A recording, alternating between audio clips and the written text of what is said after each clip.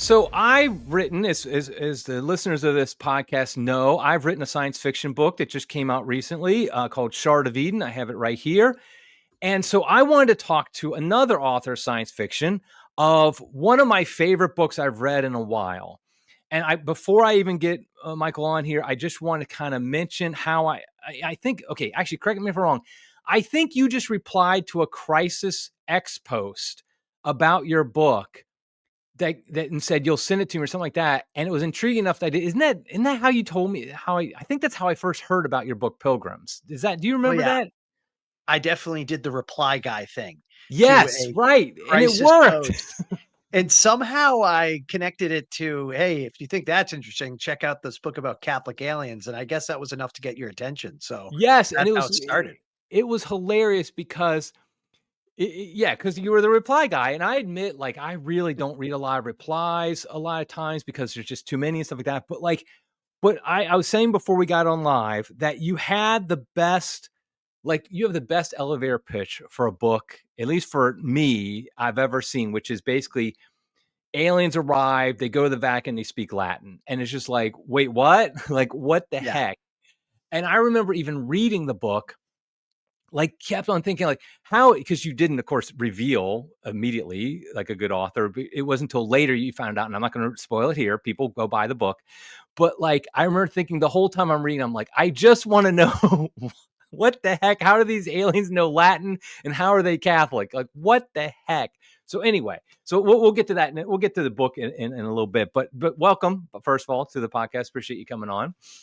yeah, thank you for having me, Eric. I've been a fan for a long time of, Crisis Magazine and what you guys are doing, and I'm deeply honored to be on your podcast just now, so thanks for having me on. Yeah, and you actually were just recently at a conference, Doxicon, I believe it was called, at Catholic University, that was about Catholic fiction and I think fantasy and science fiction, things like that, and gave a great talk. Now, you sent me a video of the talk. Will that talk actually be online for the public at any point? Do you know? The audio will be. I think Okay. the organizers want the video, or for the lay keynotes and the other presentations, kind of an incentive to go in person to see the Right. people and be able to ask Q&A. So, but they do make the audio available, so people could listen to my speech, which is a bit of a call to arms for those who love the genre of science fiction but are sick of the rampant materialism that's imbued through all of it. Yeah, and that's why I want to talk about it. That's why I loved your talk, and I want to talk about that here because some people might be like, "Oh, I don't really care about science fiction," and I get that. I might not even care that much about fiction, but the fact is that fiction, it impacts our world, it impacts our culture. Science fiction does as well in a lot of ways. And like you mentioned, there's a lot of atheistic materialism rampant in science fiction today. And so it's great to see there's some pushback to that. Now, before I really want to get your thoughts on that, why don't you just tell us a little bit about your background? Like, if it, I assume, I don't know this for sure, but I assume this is your first book, and kind of what were you doing before that, or have you written other books before this? No, this is my debut novel, as you sussed out. I would characterize myself as a revert to Catholicism. I was raised Catholic. I fell away somewhere in my mid 20s and returned in my mid 30s at the most unlikely of places, MIT. So when I was getting my graduate degree there in business, I went to the business school. It was just happened to coincide with a lot of life experiences that got me asking the hard questions about my faith or my lack thereof, I suppose, at the time, and how I conceptualized the world around that same period. And it was really interesting to juxtapose these questions I was asking with some of our leading minds who either came to the opposite conclusion shallowly or were flagrantly unwilling to address some of these big questions. Like it these brilliant people who were shockingly kind of anti-intellectual, at least in this one domain. So professionally, I never had writing really in the background. I've always been interested in it. It's always something that appealed to me, fiction. But I graduated Boston College in 2007. I thought I wanted to be a lawyer. I went to work in a law firm before I went to law school, which was great because I discovered that the practice of law is less appealing than like my frame of reference was TV dramas like Right. Law and Order and stuff. And that is, you know, not the most realistic depiction of what the day in the life of a lawyer is. So I got to see that firsthand, and I actually switched gears and went to work for one of our clients who was basically a China consultant. He was just crazy guy from Boston, just doing business deals in China in the mid 20 aughts into the 20 teens. So now that I knew I wasn't going to be a lawyer, I just asked him, "Hey, do you need another pair of hands?" So I did that for about a decade before going to MIT and doing startups. But during COVID, our startup that we actually had quite a bit of success leaving MIT, but COVID kind of arrested all of that. So I was at this other crossroads, and I'd had enough successes in my life that I finally decided to indulge this idea that had been festering for decades of trying to take these stories that have been in my head and putting them into the world. And initially, I was going to hire a ghostwriter and have them write it, and I would just kind of be like the director Right. because I just wanted the ideas out and for people to engage with. I really was not keen on doing it myself or taking on that literary mantle, but I ended up doing it on my own, and I'm very glad I did because this is my new path in life. So that's kind of the short summary of how I got to here. So were you always a fan of science fiction, like growing up? Did you watch Star Trek, Star Wars, things like that, and read science fiction? Yes, definitely. I always some of my earliest memories are Star Trek: The Next Generation. I was born in the 80s, grew up in the 90s, and I don't even think my parents are they're not very science fiction aligned, but for whatever reason when that came on, I think that show was just palatable enough for a child. So they're like, "Oh yeah, this is TV that's not too objectionable. Like let him watch it." And I was just stunned. So Star Trek: The Next Generation was probably my entree, but I loved all that stuff. I even loved like Unsolved Mysteries, that show that was on at the time. I remember me and my younger brother used to watch X-Files. Probably way too young at that time to Yeah. really watch it, but I just fell in love with the genre. To me, it was like this is a window into our actual future. I don't think I had that kind of I didn't make a distinction between the plausibility of it or not. And so it was just wondrous to me. And I didn't understand people that weren't as enthused as I was. Yeah, I'm a little bit older than you, and I remember in the early 80s, so I was born in the early 70s, in the early 80s, watching Star Trek, the original series, on reruns after school. And so the local like TV station would run a Star Trek every day, Monday through Friday at like, 4 o'clock or something like that. And I'd watch a lot. And it's kind of funny because like my kids would, I never let them watch as much TV. I literally had TV in my room when I was a kid. I mean, it's just like, I would never let that for my kids. But anyway, so I watched Star Trek and I still remember reading the announcement in like the newspaper that they're going to make a new Star Trek Next Generation. And I was just like, this is the greatest day of my life. I can't wait. And I remember being kind of disappointed because I don't even remember the first two seasons are pretty mid. Pretty rough. And then all of a sudden they just get great. I mean, the Borg show up, everything. So anyway, but the point is that I loved it. Deep Space Nine. I actually got my wife to be a Star Trek fan, and she was not a science fiction fan before we were married. And so like definitely, I like Star Wars. It's not Star Trek, but I also like Star Wars. So yeah, so I remember Next Generation very well, and yeah, we watched Deep Space Nine, and then we watched Voyager. Yeah, it was okay. And then I stopped after Enterprise. It just wasn't that it got too like I don't know something about and then of course but I still acknowledge that as legitimate, like it's part of Trek. I don't acknowledge this new stuff as even that's my opinion. Is I don't even acknowledge it as part of canon. I don't care what they say. Yeah. And I think I've lived long enough, and I wonder if you share this opinion, Eric. It was like when I was a fan, you were in your own subgroup of like kind of geek or nerd culture. But Right, I've lived long enough that this has gone totally mainstream. I mean, even if you just look at Star Trek when they rebooted it with Christopher Pine, and right. that was a blockbuster for tentpole movie. That was not for like the nerds out there as like an homage. That's for the whole viewing public to come in. If you look at even the Marvel movies that are out now, like when we were kids, it was like this own little corner of content that you liked, but it's become incredibly mainstream, which is why I think it's much more important for people in general, but Catholics in particular, to recognize because they might have this old idea that, oh, yeah, that's for like that small group of people who find Star Trek interesting. But the map needs to be updated because this is influencing like everything nowadays. Yeah, I wonder absolutely. I if you mean, see that the same way. Yeah, definitely. I mean, I was a comic book fan when I was a kid as well. I was Marvel comics, and so when the Marvel movies came out, I was super excited about them. And they're the biggest movies of the past, 15, 20 years are the Marvel movies. And then they've, of course, and we're going to talk a little bit about how it affects culture in a minute here because of like how they've gotten very woke and things like that.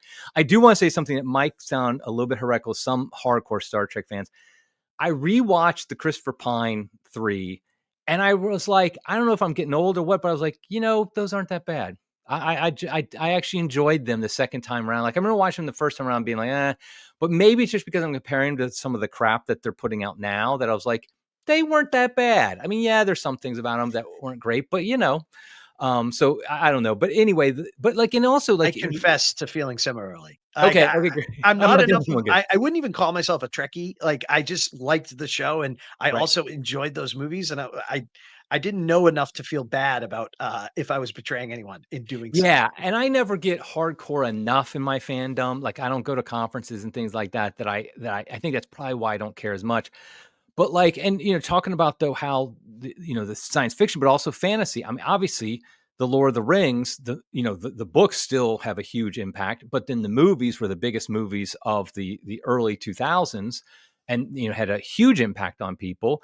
And so, yeah, definitely, and it was very mainstream, like you were saying. It wasn't just for nerds and things like that. So I think that kind of just leads me to then how do you see like the state? I'm trying to think which I should ask first. I think I want to ask first, like, how do you see the state of kind of science fiction fantasy right now?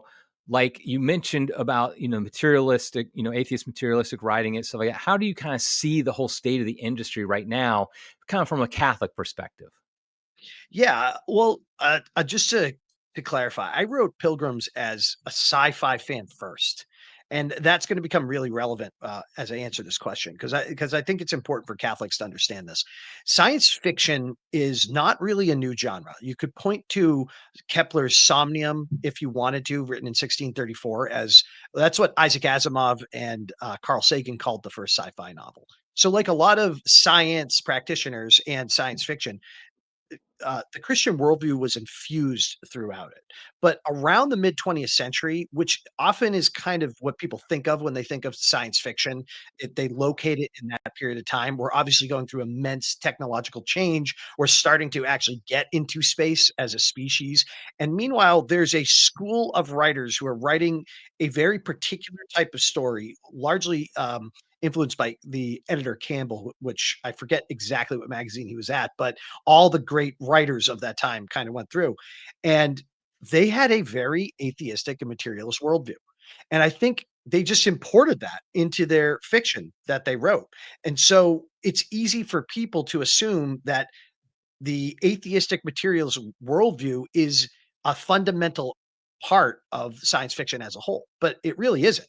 It was just kind of an historical contingency that really infected a lot of sci-fi. So where we are today is, I think a lot of the fans, Catholics in particular, I mean, if you're Catholic and a science fiction fan or Christian of any kind, you've spent the last 75 years just getting kicked in the teeth repeatedly.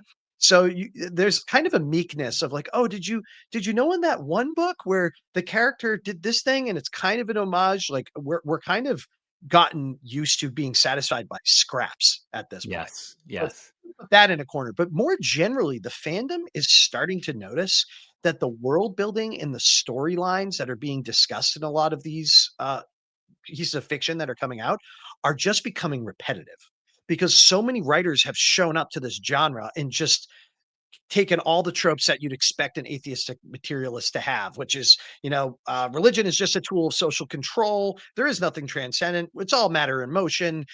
There is nothing grander, even though our hero is going to kind of allude to greater morals, kind of like how Jean Luc Picard has this really rich moral code that fundamentally is based on, I don't know, vague humanistic thought and like honor, but like nothing deep. Like he's completely unconcerned with what happens after he dies, and he thinks that question is silly because he's John Luke Picard. But I think the fandom is just kind of sick of this repeated uh things being recycled over and over again. So I call it the boring, the bad, and the offensive.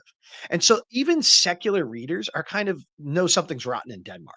Like there's something that's just being neglected in terms of the worlds that are being built and the stories that are being told. And I think that makes it a ripe opportunity for evangelization to tell great stories and do it with just bringing in the worldview that we know is way richer than the atheistic worldview, but honestly has been a success throughout Western civilization for a long time. So we don't have to reinvent the wheel here. So I think that's what Catholics should know, that this battle is going out and it's not just making the Catholics happy. They've gotten used to scraps over the years. It's all the other hungry fans out there that don't know what they're missing that are a great target for our work. Yeah, I remember as I was getting older and watching Star Trek, I wasn't sure which offended me more about Star Trek's like kind of their presupposition. Was I more offended as a Catholic, their complete materialism and like rejection of religion and the transcendent, or was I more offended by their terrible economics with the no money, that whole thing? Like somehow people and like this misunderstanding of like this rejection of original sin, like somehow when in the Star Trek world, for people who don't know, like once warp drive is discovered, somehow original sin seems to go away among humans. I mean, because now, since we live in peace and we don't have money and we don't have these desires, it's like no, we're still fundamentally going to be people. But I still enjoy the stories. Don't get me wrong, but it shows like Gene Roddenberry, the creator of Star Trek, was very much in that. In fact, he was not just like kind of non-religious; he was very anti-religious. And it was interesting when like Deep Space Nine came out in the 90s, how they started to weave in religion and people who were actually positive characters who were very religious. I mean, Kira probably is the most famous example from Deep Space Nine. And so it was like that. That was, of course, after Roddenberry died that they started doing that. But I do think, though, like, I just know like, I'll be honest, I stopped reading most science fiction a number of years ago, and I've only picked it back up again in recent years because I just got tired of every book that was recommended to me or I looked decent on, I went to the library or whatever, was just like, it just ended up having such a fundamentally anti like transcendent, as you put it, but anti-Catholic, whatever you want to say, worldview. And it was always the same thing where in the future there'll be no religion. People will just look like that's a relic of the past. People will be smart enough now. Usually the any traditional moral code is thrown out the window. And just it's in fact, usually what it is, whatever what year the book was written, based upon the morality they set for the future will be whatever the fad is of that week. I mean, it's Yes. hilarious. It's like, okay, now we're going to have trans everybody in 300 years, something like that, because that's what everybody's. It's like it just is kind of ridiculous how much that is. And so I do think, though, I think you're right because I was talking about the scraps because I was talking to a Catholic friend and he was praising like, oh, there's pro life aspects in Star Trek. I'm like, yeah, okay, but they almost stumble into it rather than like really have it there. And you're kind of like, well, why are they even pro-life at all based upon the whole worldview of everything? So it really is something that permeates science fiction. And I do think a lot of Catholics are turned off by just the genre itself because they look at it as an anti, God, anti-religion, anti-morality, traditional morality genre completely. Yeah, and I think they're kind of right too, historically speaking. I would say in my Doxicon talk, I actually allude to that. I mean, science fiction played no small part in my deconversion. Like it just created this paradigm where if you thought of yourself as intellectual or smart or a little bit sophisticated and you consumed all this sci-fi, there were some literal anti-gospel sort of things in sci-fi, but just by implication, all of it more or less said, religion is for children. Are you going to grow up? Like, are you just going to grow up? Like, it all says that, and so I know that kind of straightened my path out the door. I know other people who it has too, and to the extent that Catholics are kind of shunning it or just kind of writing it off, like fair enough. I appreciate that. But I think if we want to be honest about the Great Commission, like this is a problem that not only I don't think we solve it with like counter propaganda. I think we solve it by just the good, the true, and the beautiful. And I think people are going to love that when they finally get a hold of that. And we can turn this medium that has been a very good steward of deconversion into, I think, quite the opposite. And we're blessed that Tolkien kind of got in front of the fantasy genre and laid down these chips early and kind of claimed it God, so that everything's being compared to him. We didn't have the same thing in sci-fi. Right. It was actually kind of the reverse. It was the atheists kind of got in and kind of were able to claim the terrain originally. So there's a huge advantage there. But I just keep I want to stress to Catholics, like, this is not something to be this isn't like a trivial thing to just, oh, that's interesting science fiction. Like, I really think this should be a focus of evangelization, at least much more than it is. And so you kind of have a lot of independent operators like me that are showing up, and yourself, Eric, that are showing up to the scene and trying to fight the good fight. But I would like the Catholic community more broadly to say, yeah, we can't just be surrendering giant aspects of art to the atheistic materialistic. We are the origin of much of the great art in the world. Let's not accept this one thing because it's for nerds or geeks. It's way more popular than that. It's not niche. Yeah, and Catholics have historically always been ones who we evangelize through culture. We evangelize through art, through writing, through music. I mean, that's what we do. I mean, if you and so I do get a little bit frustrated sometimes. I don't expect somebody's not a science fiction fan. That's fine. Nobody's required to Yeah, be that. fair enough. But I do get frustrated when Catholics are like basically they give up on a whole cultural, uh, you know, part of our world just because the atheists, the enemies have kind of taken it over, and they're like, okay, we're too pure or something like that to even get involved. But it's like, no, we have to reclaim it. And it's interesting what you said about how Tolkien, that was so beautiful what he did, but he did kind of establish the benchmark for fantasy. And I kind of wish the space trilogy had been as big that it could have. But I actually mentioned the space trilogy as one of my influences in the kind of dedication of my book and stuff that I wrote, and it is. But the truth is, it's not of the level of Tolkien's Lord of the Rings. It's not even of the level of Narnia. It's very. I'm not even trying to dismiss it because it's far greater than anything I'll ever write. But at the Yeah. same time, it didn't have that cultural impact that Lord of the Rings did, or even that Chronicles of Narnia did, which is too bad. But I was just this really what you were saying though. This is where I think the real crux of the matter is. So as Catholics, we need to baptize the culture. But one of my big pet peeves is I don't want to imitate the kind of evangelical Protestants who do like fiction, movies, whatever, and they're just so over the top. The message, as they say, as we kind of make fun of the woke message, Sure. it's like a sermon that they put a few storylines in with it, and like that is the big so how do you see the balance between, okay, you want to write stories that, like you said, the good, the true, and the beautiful, but like it shouldn't be an over the top. Like 'cause that's the problem with a lot of like the new movies, like the Marvel movies, stuff like that. They're so over the top the message, and they're actually makes them terrible, artistically. But how do we balance that as Catholics in our storytelling that we tell them there might be a message in there, but we're not shoving the message down somebody's throat? Yeah, it's the most difficult part of this. I mean, in order to win back the imaginative terrain that's been taken over in the science fiction realm by the atheistic materialistic worldview, we have to be 10 times better. Like, it's not good enough to just be equally as good.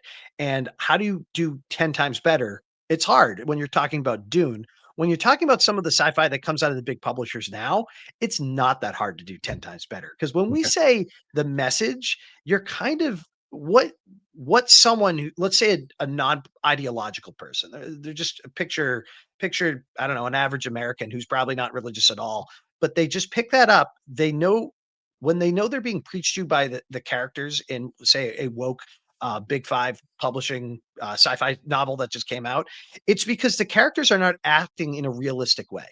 You're just forcing them to do things that promote a message. And I think if we can keep the idea of realism and take it very seriously, we can actually do a lot. Because the thing is, in a lot of the science fiction books, the religious aspect has just been written out of the characters, and in other ways they're real or they're interesting, so we kind of go with it. But we all know from living, even for non-religious people, that religion is clearly a large influence on how people act. So merely depicting that is probably enough. Um, but I do think we need to be pretty ruthless with one another. There's a group of writers out there, the incense punks. Have you heard of this? No, I have not.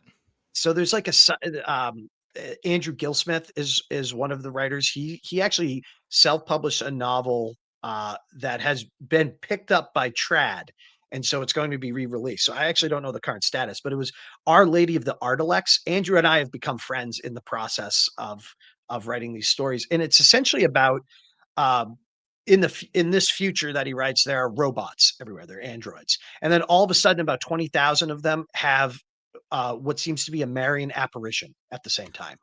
And in the world, they're like, was this hackers? Was this a malfunction? Obviously, a lot of people think there's no chance that this could actually be a Marian apparition. And meanwhile, the church is very skeptical, but they're like, but if it is, I mean, is that even possible? Does that like, how Right. does our theology align? And it's this is a plot that could have been written in 1962. And there's nothing that uh it's not like technology has happened in the last Right. 50 years that you suddenly think of that. Like we've had robots for a while. We've had them being like humans and discussing if they're like humans. Why can't they have a religious experience? Why can't C3PO pray? Like, how come we haven't seen that? Well, the answer is historically contingent reasons we can't show that. So right now, there's a lot of opportunity for us to just pick these low hanging fruits that have been ignored for a long time. I think if we stick to realism, we try not to be kind of that over the top, like we're delivering a message, and like the incense punks, kind of have kind of like a punk rock type of attitude, like kind of an insurgency that's trying to like, oh, you want to see the real sci-fi, the kind that they've been too scared to show you for a long time. I think that's one way we can get around it. I think that it's not going to be easy, and everyone I know, and maybe you can tell me if yourself included, like, we don't want to be pigeonholed as Christian sci-fi authors. We're Right. sci-fi authors. We write Right. science fiction. Okay. We're just unlike in the past how they just ignored this thing. We're going to include it. And yeah, I'm going to be upfront a little bit about my worldview, the way Gene Roddenberry was. I mean, Yes. Gene Right. Roddenberry did not sit around wringing his hands about how I mean, he was very clear. In the future, we have outgrown religion. Religion is primitive. That's something when humanity transcends its current discord of the 20th century and looks great in the future, it'll be because, in no small part, they got rid of this. I will, I will drive that down the middle of every episode like a Mack truck, and I won't be ashamed of it. So sometimes I think we can be a little bit too pulling our punches because we've been kind of indoctrinated to think, oh no, you're not allowed to talk about religion here. Well, what was Gene Roddenberry doing? He was Yeah. promoting his own anti-gospel with just as much proudness as a street side preacher. Yeah. Absolutely. And I remember, like one of the number one rules for an author is you write about what you know. So, when you're writing fiction, it writing about something you have no experience with, know nothing about, that's going to be a lot harder than writing about what you know. And the fact is, I know Catholicism. I mean, I've lived it for over 30 years. I've like studied it so much. So my characters in my book are Catholic. And it's like because I know how a Catholic kind of thinks about things and how it looks at things. And I tried not to make them all cookie cutter Catholics, of course. But the point is like that's and people do that, and that's why like Gene Roddenberry's characters, they're gonna be these materialistic people because that's what he was, and so it's important. Like I think you're right that we can't be afraid to like be like, oh, if we bring up something explicitly Catholic, people will think we're preaching to them. No, that's life. In real life, Catholic things come up. I mean, our vice president talks about being Catholic just naturally. It's not like all of a sudden it's like you can't talk about it in a fictional book because people would never do that in real life. I was one of the things that always drives me crazy is I remember after 9/11, I was actually living in DC, so not too far away from when the Pentagon got hit and everything like that. I remember the Friday after it happened on Tuesday, Friday after, everybody went to mass and everybody and Protestants went to church. And it was like one of the most, I remember going to mass because there was a special thing that day at like noon or something. George Bush called for something like, and they had mass at a parish down the street from where I was working. I went to the noon. It was a noon on a Friday mass and it was a huge church and it was 100% packed. I mean, standing room only, everywhere it was like this because that's how people react in real life to a major thing like 9/11. Yet you read any science fiction book or any fictional book, and some major tragedy happens, and not one person brings up God. Not Yeah. one person prays or anything like that. I mean, and when they do, every once in a while, you'll have one character maybe that'll pray, and it's like, well, thank you for giving me that scrap. But it's like that's not how people react in real life to so if you had a science fiction book, for example, where aliens arrive or something like that, guess what people are probably going to do? They're going to go to church, and so it's like that's just the way it is. So I think that's great what you were saying about, you're not, you write realistic, and I think people will appreciate that. And you don't, and if the character is realistic, it's okay to have a realistic religious person in your book, because those people actually exist in real life. So it's okay to do that in a book as well. Now, related to this though, and this is something I think you did very good in Pilgrims, by the way. There's a line between when characters are immoral. Like, obviously, the book is not going to be good if every character is like a perfect cookie cutter saint or something like that. There's just no tension. Like, I remember, I'm not trying to throw anybody under the bus, but like there was a movie made years ago about Saint Therese. Absolutely love Saint Therese. I mean, she is one of my favorites. She's one of my top 10 easily. I do not think you can make a good movie about her life in general, because it's not like she had a lot of action and like, because it's most of it's internal. Maybe a very good filmmaker could, but most people couldn't. But like in real life, you have characters there that do things that they shouldn't do, that commit immoral acts. But at the same time, I don't really want to read a book that kind of glorifies immorality either. And so, like, how did you? And I thought your book was good because I'm not going to give you spoilers, but in Pilgrims, the main character, let's just say he's not a saint. That's probably the best way to put it. He does dumb stuff. He does bad stuff. But I never felt like it was some gratuitous thing. Like I have to admit I haven't read since last year, so I don't remember. But I remember thinking at the time, like, my teenagers could read this. Like, I didn't think like, okay, this has got something where. So how do you do that line between, okay, realistic character people in real life, they do bad things, but like I just can't stand when I'm reading a book, a fictional book, and all of a sudden it just like kind of glorifies some immorality. I think that's the key word. I think the verb you're using. English is all about the verbs we use. You use the word glorify. Um, that's the difference. So my book is a sci-fi retelling of St. Augustine's Confessions, which is not to put it in the same category by a long shot, and not to say that you could read my book instead of reading the Confessions. That would not work. But if you've read the Confessions, I more or less just my main character is Austin DeSantis, so Saint Augustine, if that's not on the nose enough. It's great as most readers with no religion don't know that reference, but for the Catholic readers, I go, "Oh, I see what he did there." I more or less just kind of updated for a modern audience and turned up the dial a little bit. The stories of Saint Augustine's life. Instead of the Roman brothels, he's looking at uh, the women online, which is what you would expect in a modern kind of interpretation of that. And so I went with realism, and the glorification's the key thing. I make it very clear.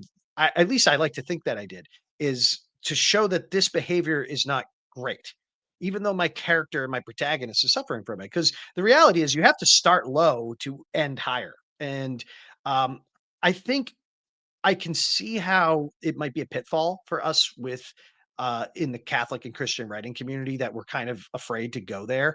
But I think art has to be a mirror to what is really lived.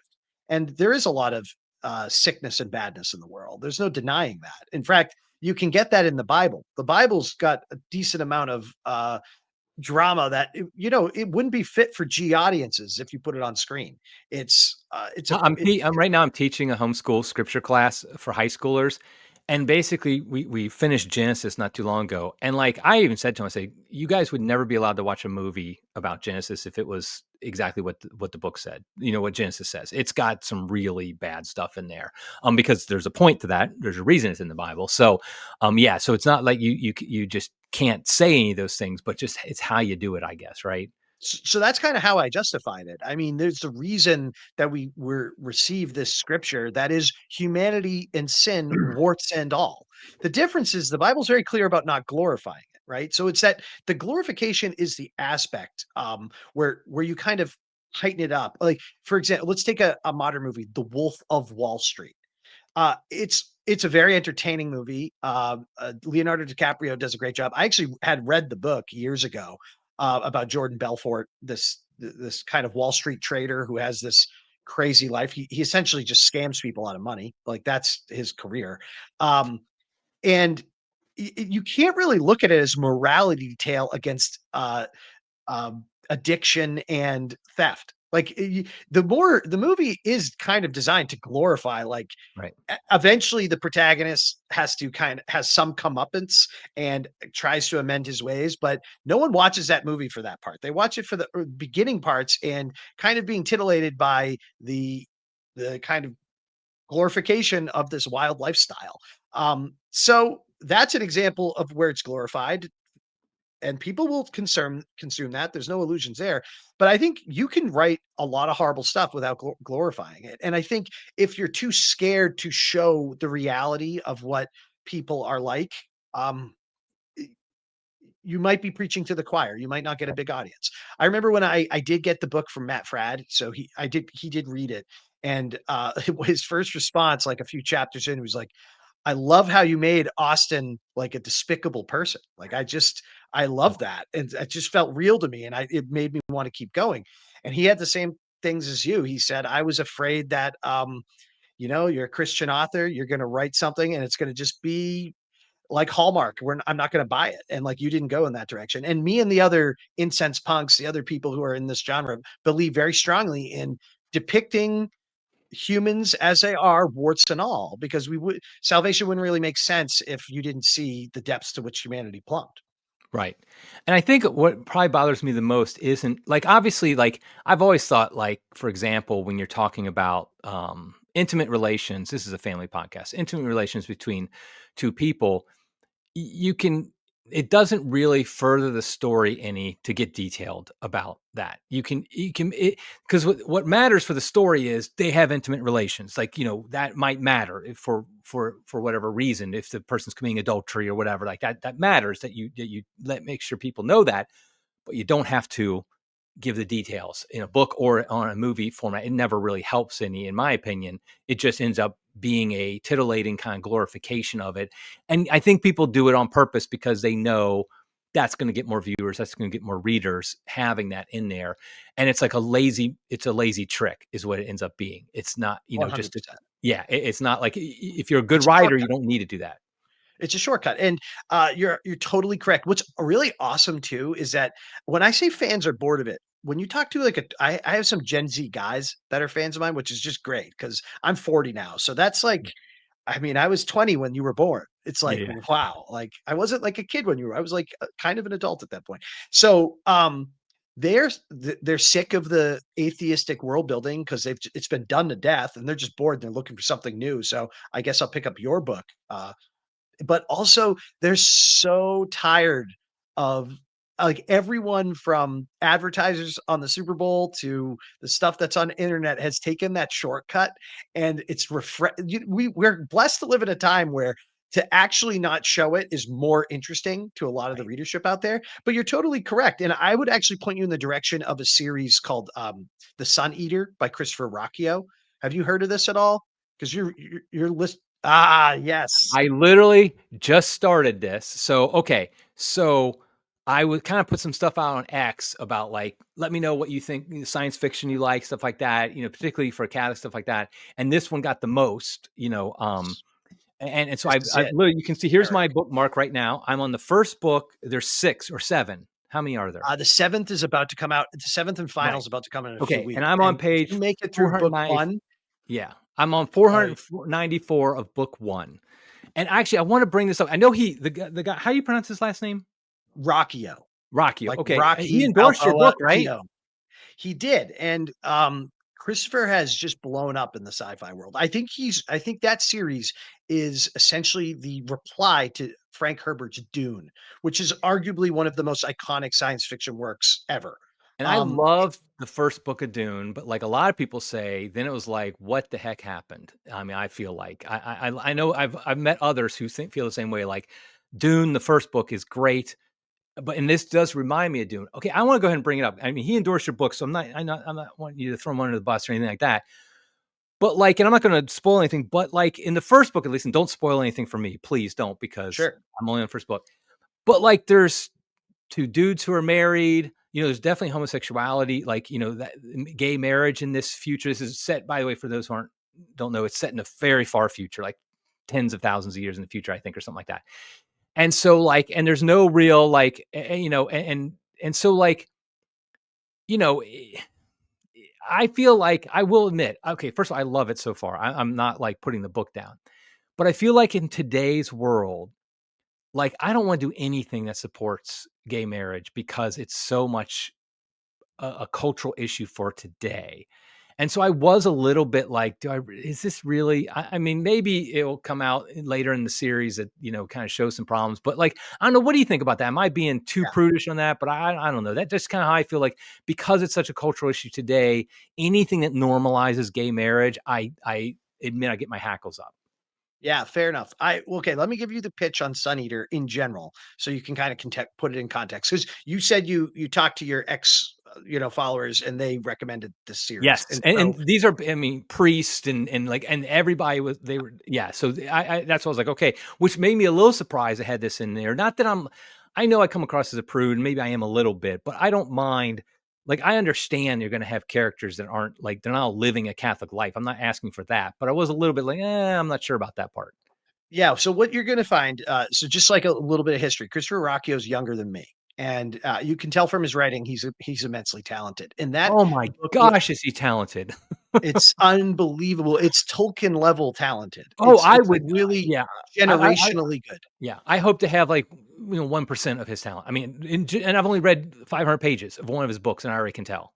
And generally, people regard the first book to be his worst in the Oh, series. wow. So he got a publishing deal senior year of college. So this is all he did work at a sci-fi imprint, Baen Books, for while he was writing. Now he does this full time, and so just remember, he this is a traditionally mine is not traditionally published. I formed my own press to put out Pilgrims. His Right, is traditionally published by a major science fiction publisher. right, right. So just bear that in mind. There's a gatekeeping industry, Oh Eric, yeah, that I want insists to on talk about certain that in things. a minute too. The whole self publishing versus independent publishing versus the Yep. traditional. But go ahead. Sorry. This so why would people recommend the series? I think in with just book 1, had book 1 just existed, that it wouldn't be remarked upon. But what you're gonna find as you read along in the series is that he manages to basically infuse a full-blown Catholic apologetic into a piece of fiction that is being madly consumed by a wide section of the Wow. fandom. He's blown up, and this is like a Hollywood movie level that is deeply Catholically infused, written by a he's also a revert to Catholicism, Okay. deeply devout Catholic now. And so just um as you continue, Yeah. hopefully, if you continue with the series, I would love to talk again, and we can Yeah. maybe talk full spoilers and be like, "This is what this is doing," because it's introducing people who would normally be so hostile to Christianity at all. They would throw Right. the book at the wall if they had any idea that there was something positive to say about Christianity. They get so invested in this story, and by the time as the series goes on and he gets more overt about things, Yeah. he's got them along for the ride, and it's been amazing to watch. And I want to be clear. He's not glorifying it I'm not saying he's endorsing anything like that, but I just admit my antenna are up. And honestly, the reason I kept reading was simply for two reasons. One is because people I trusted said, "Oh, just you got to read this." I was like, "Okay." And good Catholic, faithful Catholic people said, "Yeah, just read it." I was like, "Okay."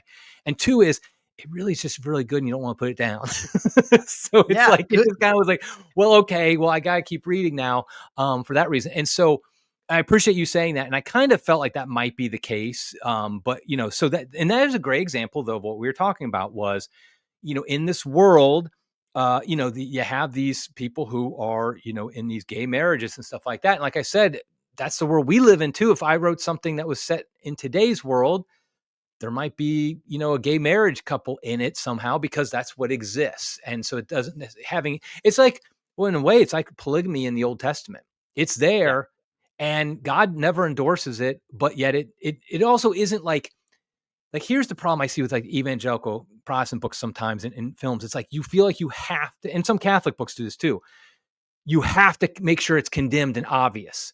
Well, if you read the Old Testament, polygamy isn't obviously condemned as like, oh, this is some terrible thing. It's not like it just is there as kind of a just a reality. And so I feel like that is the same as Sun Eater so far. Is like it's there. It's not saying this is good or bad, which is okay, But still, I will admit I was a little bit like, okay, we'll see about this. So, but like I said, I'm almost You finished with can the also first have book. some off the record conversations with Christio, and he could probably give you more color on how things wound up the way they did in the book, which is Yeah, really cool. yeah, But again, this is what the deck is stacked against us. I mean, right. do you want to talk about the hurdles of getting? There's a reason no one Yeah, talks about the stuff that is like big publishers are publishing sci-fi. It's coming out. It's winning Hugo Awards, which is supposedly the highest award in science fiction, and no one has heard of any of these books. Like well, no that's one's what I considering wanted. them. That actually is my next kind of topic I wanted to bring up, which is the world of like Catholics trying to publish fiction in general, science fiction in particular.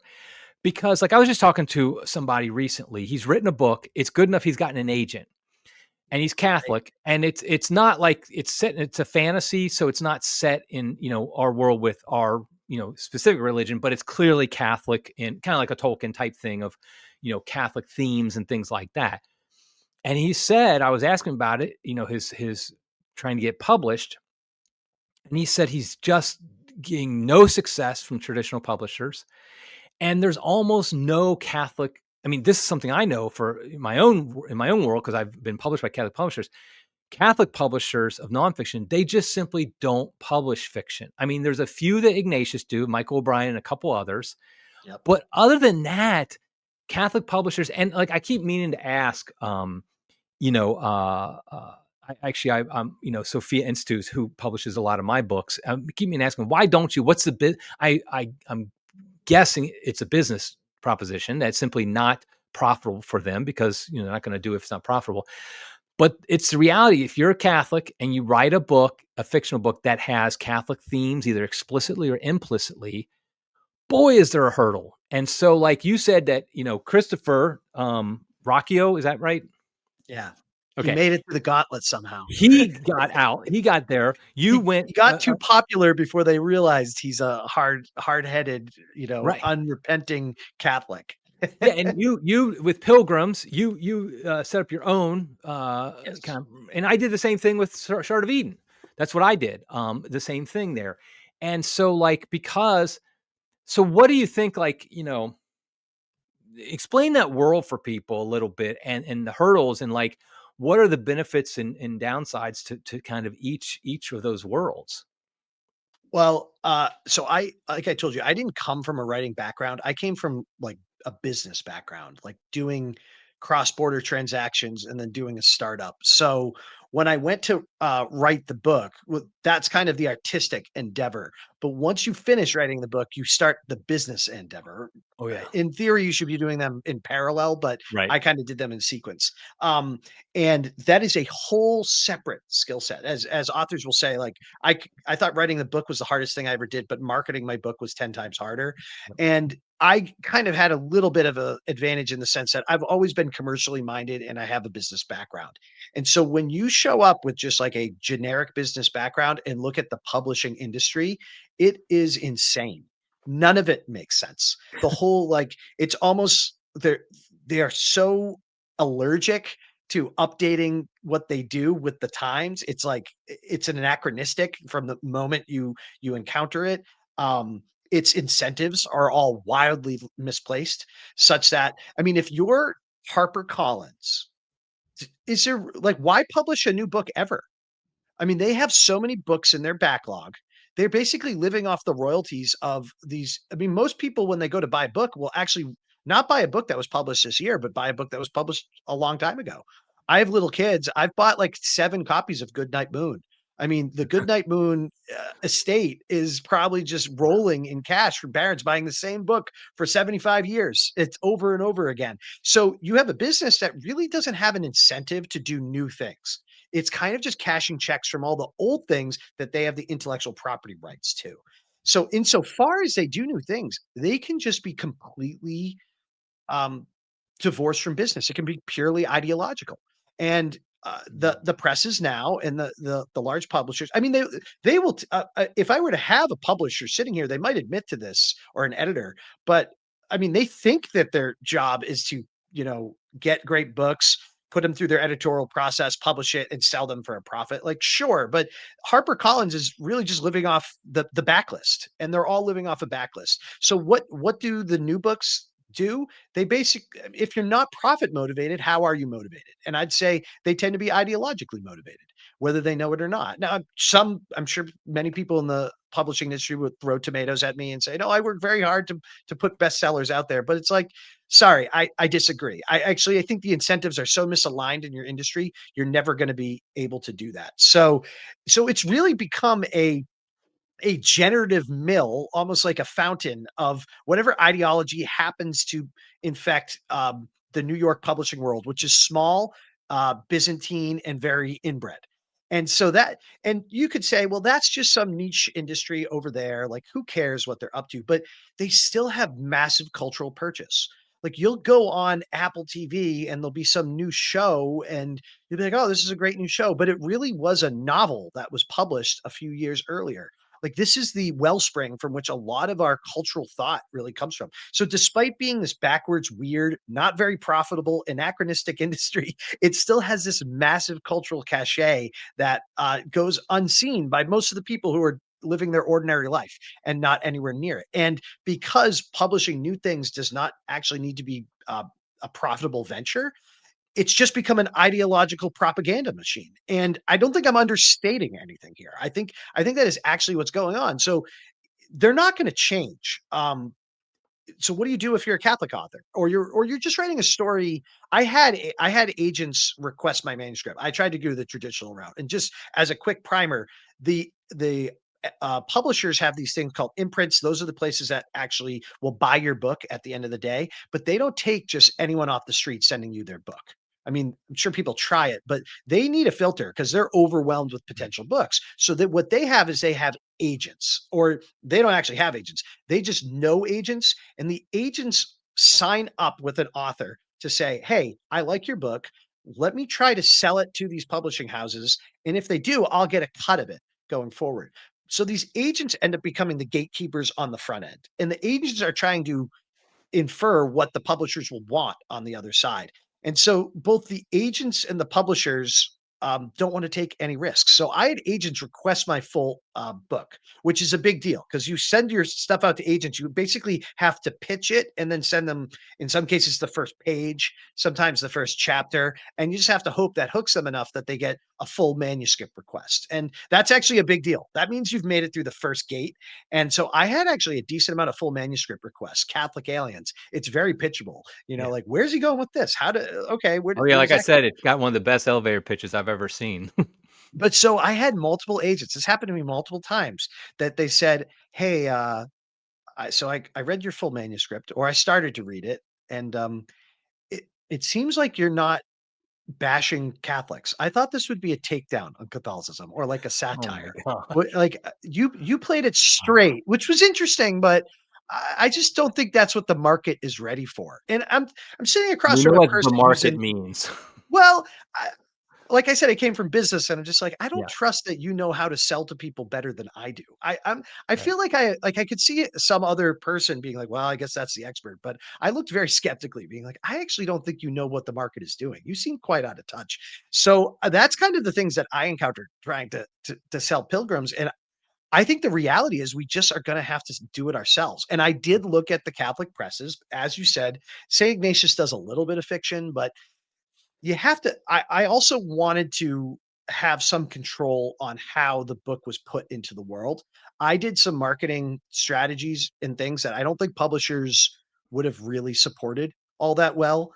Like I said, it's kind of an anachronistic industry. So even the Catholic presses that are doing fiction, like, are they really going to midwife this thing into people's houses so that they'll read my book and engage with my story? Like, I don't know. And frankly, other than St. Ignatius, there's really not a lot of presses that do it. So No.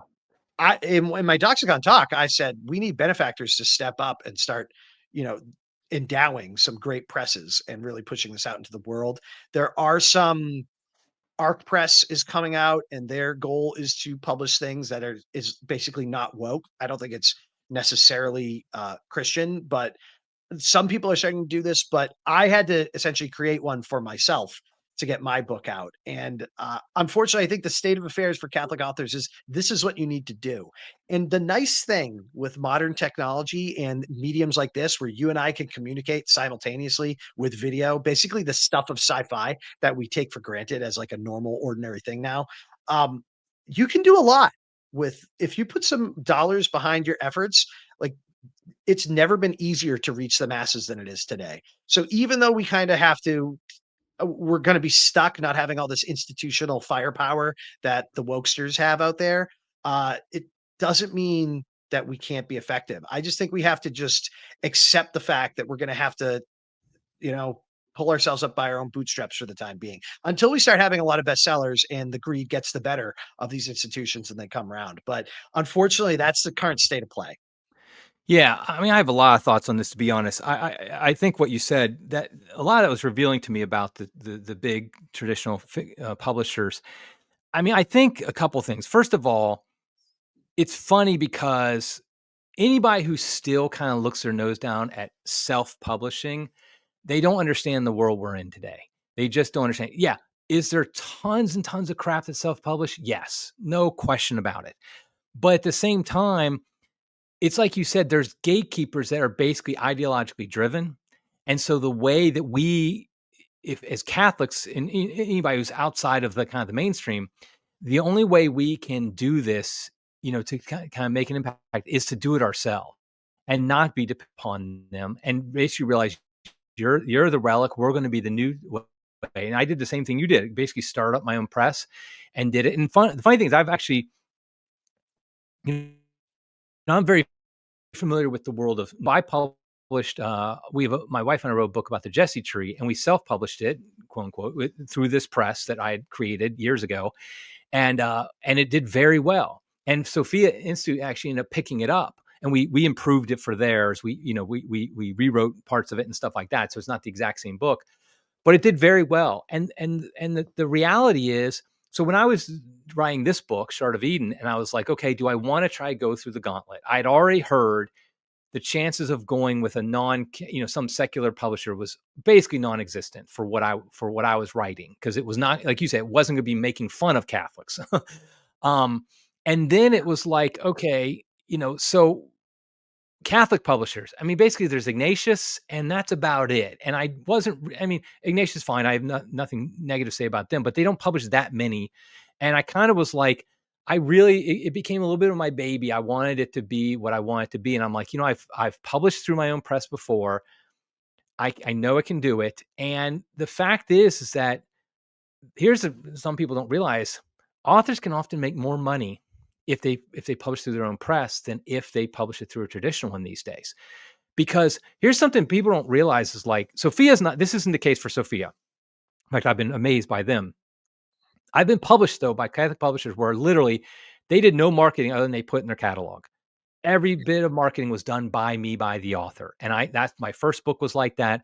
And I realized, okay, the only advantage is it has that name on it. And back when I published my first book 15 years ago, that mattered a lot more. Now it doesn't really for most smart consumers. But also, like, it went to a catalog. So maybe some bookstores will get, well, how many bookstores are around anymore? I mean, it's like, so really just doing it on your own. But here's the key is you have to stand out when you're doing it. In fact, that's something I wanted to bring up was, like, when I got your book, so you sent it to me, you had that reply guy. I said, well, send it to me. I'll look at it. And I remember getting it. And I immediately told my wife, I'm like, if this is self-published, this guy knows business, because you had a hardback version with a nice cover. I think you had a nice bookmark that came with it, a card. I went to your website. It was like, and here's something that's I'm big on, like, the inside is very readable, very well laid out. I mean, I spent so much time on mine, Shard of Eden, to make sure, okay, is it readable? It's not like, the margins are all too tight, or too small print, or too big a print. I mean, I remember getting a book from somebody. People send me books all the time because they want me to review them, like you did. But but I liked yours. And like I remember getting one where like the print was so big, it was like you think I'm blind or something. This was in a big print thing, and it was just like, and it was like the margins were all messed up. I'm like, come on, people. But I don't know if you paid somebody to do it. But the point is that I did. okay. It comes across as good as the look of it as anything you get a traditional publisher, which matters, people. I'm saying this not to you, but to like people listening who might be thinking about writing a book, maybe getting their own pressing like that. All that stuff matters. I actually have a background where I could do the internal setup of it, but I paid somebody to do the cover because I'm like I want it to be a nice a nice cool cover. I'm not gonna I'm not artistic at all, so this is all kind of like my point is like we're living in a new world where independent publishers are basically that's the way to go. In fact, I was just listening to a podcast the other day by a content creator, and he was talking about like the dream of being the next Disney. Give it up. There is not going to be somebody who creates some juggernaut that everybody then embraces. We live in a much more decentralized world, and so, like, if you think you're going to publish something of your own, or you're going to make a movie or something like that, and you're going to get millions and millions of people embrace it, that's just not happening anymore in our world. What you do is you publish what you believe in, what you really love, and you put it out there, and you build up a segment that is really behind it. And I think that's kind of the way, just the reality of our decentralized kind of internet based world. And so I think this is like, and as Catholics, I think we really have to, if you're a fan of sci-fi, in this case, find the good sci-fi writers that are doing Catholic themes. Pilgrims. Hopefully, my book, Start of Eden. This, the Sun Eater series, which I'm taking on your word for it. I mean, it's great so far, but I don't want to talk too much Wait about till it you because. get to book 6. I'll tell you, you're gonna see Well, it. that's the funny thing is you're not the. Also, I was going to say you're not the I was first person to say book one was kind of the weakest of them, and I'm like, well, I think book one is great, so I can't that wait. that's how I felt when I read it too. I was like, "This is the weakest. I'm loving this." And then Our Lady of the Artilects, when it does come out again, Yeah, I Andrew want to see that. Goldsmith. Um, yeah, it was really important to me for what you're saying because there there are ways if you want to self-publish a book where you can go on websites and there are pre-formatted covers. I mean, the barrier to entry to publishing now is, I mean, you could just write in Word and then just upload that to Amazon and have a Right, blank cover. I mean, it's really free to publish, where like 20 years ago, you could not publish for free. That's right, what publishers did. They took a manuscript and actually made it a book. And now you can do that for cheap. But I think as Catholic officers, it's kind of incumbent upon us if we're going to evangelize a thing to think of it uh to take it seriously, so right. it's not the ideas, but a book is everything that you put together. So in my case, when I decided not to do when I went that agenting round and was told that I Right. wasn't making fun of Catholics enough and said, okay, I think I have to do this myself. I was like, well, I want it to be as indistinguishable from a traditionally published book as possible. So I had to hire many editors. My book Right. is, I had uh, uh, there's 3 types of editors. I had a developmental editor, I had a copy editor, and then I had a proofreader. And Yep. that's, an expenditure. And then I also wanted really good cover designers. So I did not go for the cheapest option. I went for the one that I thought would do the best. And then I also hired a typesetter.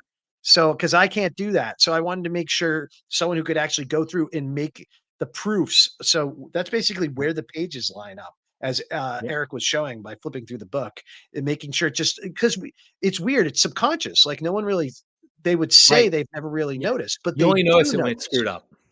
Exactly, you notice it when it's screwed up. And, I also on the audiobook front, I don't did you listen to the audiobook at all?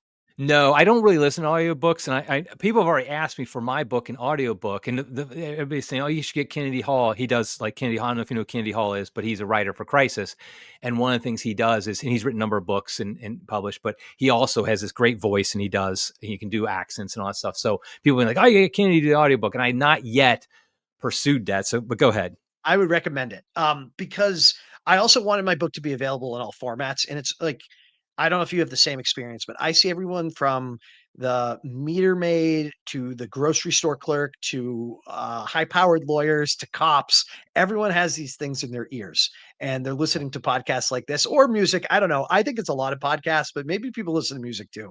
I'm not sure, but a lot of people are consuming things. Or, audio wise. I was going to say Right. oral, whatever. Yeah. Yeah. They consume things through their ears, and I wanted those people to be experience my book too. And even Christopher Rocchio, who did blurb it, like when you're writing, you tend to find it very hard to read other people's stuff because you're staring at your own for so long Right. that you're like, oh God, more words to read. And so he actually was able. He only blurbed it because I had an audiobook that he could listen to. Interesting. And that was same with Matt Fradd. Matt Fradd was doing a long drive and he gets asked to do books all the time, but I just happened to catch him. And he's like, cool, I'll listen to the audiobook. But I really wanted the audiobook to be a standout. So there's this narrator that the internet is in love with. He's actually the narrator behind Dungeon Crawler Carl. I'm not sure if you're familiar with that one, but that No. is a current like there's this subgenre called lit RPG, literature role playing games. So it's Okay. Right. essentially a video game like an RPG, but in written form. And that's been a subgenre online. But one of those books was a breakout hit and has now been mainstream published. They've sold like hundreds of thousands of copies. It went from not on the Nielsen charts to near the top, which is almost unheard of because the top sci-fi books on the Nielsen charts will still be like Dune or older books like that, like Three Body Problems. So you have to outcompete all of the classics to get to the Right. top. And one of the reasons that was so successful was Jeff Hayes, the narrator, did probably like the middle ground between a radio drama and just narrating the book.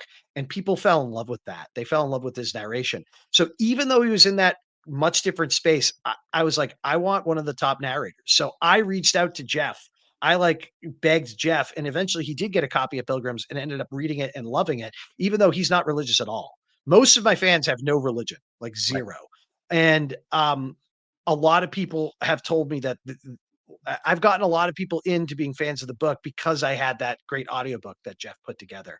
And I don't know that I would have reached them otherwise. So I would just recommend in general, Eric, you can do as you like, but the more formats you have, the more people you can bring into your story. And as Catholics, if we're going to take this on ourselves, we're we got to do our best. We got to put our best foot forward. And Yes. writing a manuscript is hard, but it's important that we put forward the best product. I mean, four walls and a roof is a church, but there's a reason the cathedrals of Europe and even here in the United States look the way they do. Like this should be natural to us. So we should take that same approach to uh our writing and the other art in that form, the non-physical art, I should say. Yeah, absolutely. I mean, I'm a big fan of Saint Jose Maria Escriva. I actually wrote a book about him, and one of the things he was insistent on was excellence in everything we do. That is a means of evangelization. And it's a means of you want to do something, and that's why I took very seriously, in this book of like the layout, things like that, and getting editors, and I had beta readers tell me, what do you think? I had people saying like, it's very easy. No, it's not very easy, but you could, anybody can kind of throw a bunch of words and throw it out there on Amazon, like you said. It costs almost nothing to do that. But that's not really helping anybody. I mean, it might be a little vanity project, but really you want to make sure every aspect of book publishing. That's the thing, is that the traditional book publishers, they do know how to do that. They have the top line people, pay them to do that. We have to look as good. And I will say, I was it's a little thing of mine that I try to figure out if a book is self-published or not. If it's not 100% clear, I try to figure out on my own, like, okay, is this one self-published? And I remember telling my wife, I'm like, I'm not sure about this one, if it was his own press or if this was, if this was a traditional one, because I was like, it's so professionally done. So kudos. And like you said, though, you had to pay money to do that. I mean, that's not, and I did too. I mean, it's like, it's not, if you have a great book idea, but you don't think it's going to cost anything to get out there and be seen by people, well, you're just dreaming. And you've convinced. I admit, I listen tons of podcasts. I mean, that's why I was just went for a run this morning and I'm listening to podcasts the whole time. I do not listen to audiobooks though. For some reason, my brain is unable to.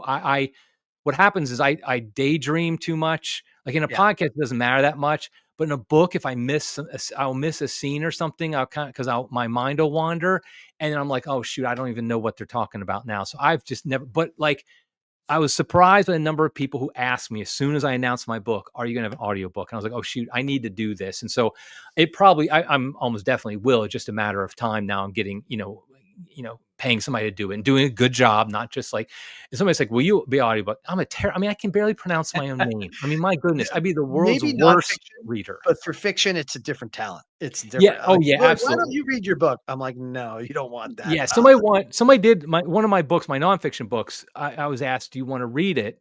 For the nonfiction. Even for that, I was like, "No, you don't want me to read it. I probably can't even pronounce some of the own words I write."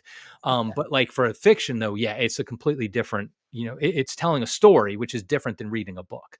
And so, yeah, so I'm glad though that that's a good. And you did a hardcover, which I did not do, and that's what I have. And I love hardcover books, so maybe I I can should. teach you how to do that if you want. That's also Yeah. print on demand. So, like, Okay. Yeah. that's a there's a little bit of a trick to the trade there, but, Yeah. yeah, I just wanted a version for everybody, Yeah. and, a lot of people like audiobooks. It's the only growing, segment of publishing.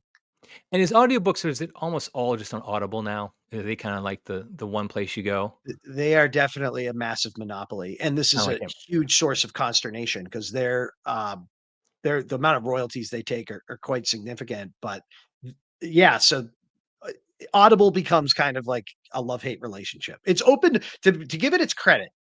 Aud there was a I was I'm old enough to remember when audiobooks were a packet of CDs or cassette tapes, You're right, and yeah. so audiobooks were a complete rarity. They're really more of a tool for to help the blind more than they were for, like, general Right, consumption, and Audible has changed all that, and the smartphone that can just easily download an audiobook. So, but for Audible, I don't know that we have this medium of audiobooks.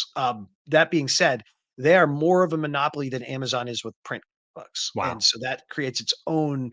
Audible is owned by Amazon, but Right, right, it just goes to show, like, they kind of run the whole show, and it's not ideal, and they're constantly tinkering with how they reward authors and how they prioritize things, and Jeff, my audiobook producer slash narrator, has a lot to say on the subject, but because he's made a career out yeah, of right, these audiobooks. right. But yeah, I'd recommend it, Eric. I think you'll be satisfied. People who would never have picked up your book will maybe take a look at it. And that's That's I think great, what yeah. we need to be up to. Just like I want more Catholic fiction books to be adapted into television and movies Right, yeah. too.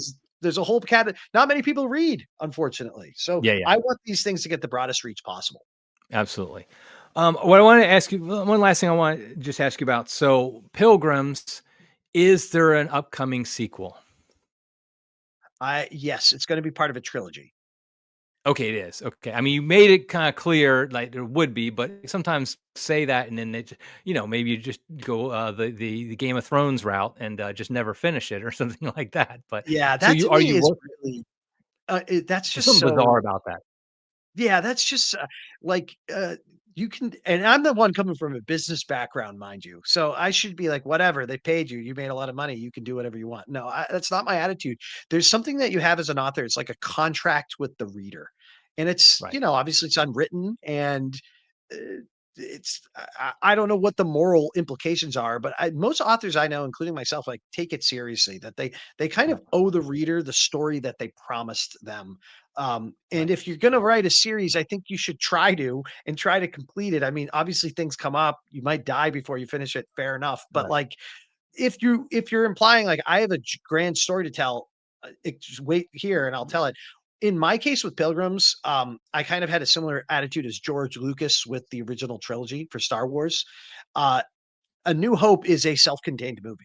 You right, can watch The New Hope, get to the end, and feel like you watched a very satisfying, conclusory movie, told a story. Obviously, he wasn't sure that it would get right, sequels made or greenlit. He thought this would be like a B movie that no one ever saw, and if it's lucky, it made its budget back. But obviously, it became the hit that it became, and people wanted more of that world. So, not that I'm at Lucas level kind of claiming, but I wanted this first book to be, if you never picked up another Pilgrim's book again, then you would be very happy you read it. You'd walk away satisfied. You can let me know if I succeeded in that. But when the book ends, the Catholic aliens are still around Earth. That's not right. that too much of a spoiler. So a lot of things go wrong when Catholic aliens show up, despite being like it's I think of my book as kind of a rebuke to the argument for divine hiddenness. And if you get to the end of the book, you can see why it might not be the best occurrence if Catholic aliens showed up in the sky. But obviously, they're still here, and that's just rife for storytelling. So we're probably going to pick up about a decade later with the Okay. protagonist. And do you have any idea about when that would might get published? The next Uh, one? 2027, most likely. 2027. Okay. Okay. Very good. Yeah. Well, I'm looking Yeah, but forward I'm to it. hoping to come up with book 3, like, right on its heels. So what Okay. I'm gonna try to do is write 2 and 3 simultaneously, Okay. so that I can kinda, like, rapid fire them out there. Yeah, I left my book. My book is self-contained as well, definitely, but it also has a little bit of a purposeful kind of cliffhangy type thing without being like, okay, you could survive. It's not like a, it had to have something, but it definitely leaves open the possibility for future books. And I think I very much enjoyed writing it. I'm enjoying what people are saying so far, but it just came out. But I also think I'd love to write another book set in the same universe and after the events of this one. So, but What's we'll been see. your So, experience I know this is your podcast, but what's been your experience as a nonfiction writer jumping into the fiction waters? Like, how's because I this is my only published work, but you have quite the corpus. So what's that been like? yeah, it's funny. You're not the first person to ask me that, not on a podcast, but just in general. And this is my 10th book, and it's my first fiction. My first 9-word nonfiction. Just first of all, there's such a difference between the two as far as like writing it. When you write a nonfiction book, at least for me, I have a very set like box of what I want to be, what I want to say. And when I have everything in that box taken care of and it's well written, okay, the book is ready. And I'm like, okay, I feel very much content. Well, you never truly are like with a fiction book, at least for me, like, okay, I'm finished. Because you always could be like, well, I could develop that character a little more. I could do that plot. I could add a little bit here. I could add this backstory. I could. And it's like eventually you just have to tell yourself, okay, is this, am I telling the story I want to tell? And sometimes you even have to cut things out that you put in that you realize after an editor looks at like, that was just distracting, which is always painful, but yet you Very. take it. But yeah, so I think that was very different. And then like, but honestly, just now going with, I just had a book about Bitcoin come out earlier this year, and so I went through the whole promotional with that and doing all that. As you said, people, if you want to be an author, realize you have to also be a marketer. That's just the way it is. Um, and so this book is very different because, like, with the Bitcoin book and then my Deadly Indifference and all my other nonfiction books, it's like I kind of know what to expect a little bit with the reception beforehand because like I've written enough books now. I know my audience. I know like who's going to most of the type of people who are going to buy it and things like that. This one, like it's got Catholic characters. I did not write it though, like only for Catholics. I mean, like I'm hoping lots of non-Catholics will read it and enjoy it as well, but I really have no idea what to expect from the reaction. I've been very happy that the beta readers and the early reviewers so far who have gotten it have said good things about it so far. So I'm like, okay, that's good. But like, it's just a whole different world from nonfiction because usually with nonfiction, it's like I'm confident enough. I'm not trying to be egotistical, but I've written for long enough that I know when I write a nonfiction book, it's well written. I'm not claiming to be the greatest writer ever. I'm not. I'm not C.S. Lewis and making my arguments like that. But I know, okay, it's going to be well. I know how to write, and so usually it's always a debate about my arguments. Like, okay, Mhm. like somebody who doesn't like Bitcoin might argue with me, or my deadly indifference. Somebody might challenge my thesis about religious indifference in the Catholic Church, and so there'll be that. This is really not going to be that because anybody who has a critique of it's going to be like, I didn't like how you wrote that. And that's like a whole different world for me. And so, yeah, we'll see how it goes. So I guess ask me again in a year what I really think. If I never write another fiction book, you might know the answer, but Do you think I this would be the only one? no, I don't. I loved it too much. I'm honestly Okay, in my good. back of my head, I would love to start, just have a publishing house where that publishes books like yours, like mine, stuff like that, where, and we had some money behind it where it did so. Cause I really think like my world in crisis, now you're interviewing me and that's okay. My world at crisis is responding to the reacting to the evils in this world. Like our name is literally crisis. And what we do is we expose and oppose. I like to say we expose and oppose the problems in this world, the crisis in the world. We expose it so people know, and we oppose it, and we try to present, the alternative stuff like that. But that is reactionary. I mean, I'll be the first to admit that. Whereas I feel like I've always thought there's a place for, okay, let's create Catholic culture as well, not just say why the dominant mainstream, secular culture is bad. I do think we need to do that. I wouldn't still be a Christ if I didn't think that. But I think that we also need to create these alternative cultures. Like I know people like who do homesteading, and I think that's great. I don't really. I mean, we have kind of a quasi homestead here. We have some acreage and a big garden and stuff like that. But we're not like the hardcore guys. And I love those guys, and because they're kind of building a Catholic culture in their lives. And I feel like the same thing is true. We should be happening in art, in movies, in books, and all that stuff, where we create this alternative Catholic culture of that promotes the true, the beautiful, and the good. So that's kind of how I've kind of gone about it. It has been a little bit of a shift of my thinking and the way I kind of marketing the book and things like that. So Amen, brother. yeah, I think we need more of us doing that. I think there is kind of a bubbling movement of that happening. So which I've let's seen keep too. going. Yeah, I've been very happy about it. Okay, so how can people find? I mean, obviously, you go to Amazon, all that, but how do we find stuff about what you're doing these days, and like your book and Yeah. things like that? So the book is Pilgrims by M.R. Leonard. If you just type Pilgrims into the Amazon search bar, you'll probably get Pilgrim's Progress, which is a great book, but not my book. So Pilgrims M.R. Leonard, and then my website is M.R. Leonard. Leonard's Leonard author.com. And there you can sign up for my mailing list. It also has links to my socials. I'm not as prolific X poster as Eric. Sometimes I reply though. Every once in a while, I'm a little bit of a reply guy. So that's where I'm most active. And sometimes I put some stuff out on Instagram. But otherwise, signing up for my mailing list will keep you up to date about when the next book is coming and any other updates about what's going on with Pilgrims. Very good. I'll put a link to that in the show notes so people can know. I recommend you get the book. Yeah, get the book if you're looking. Hey, Christmas is coming soon.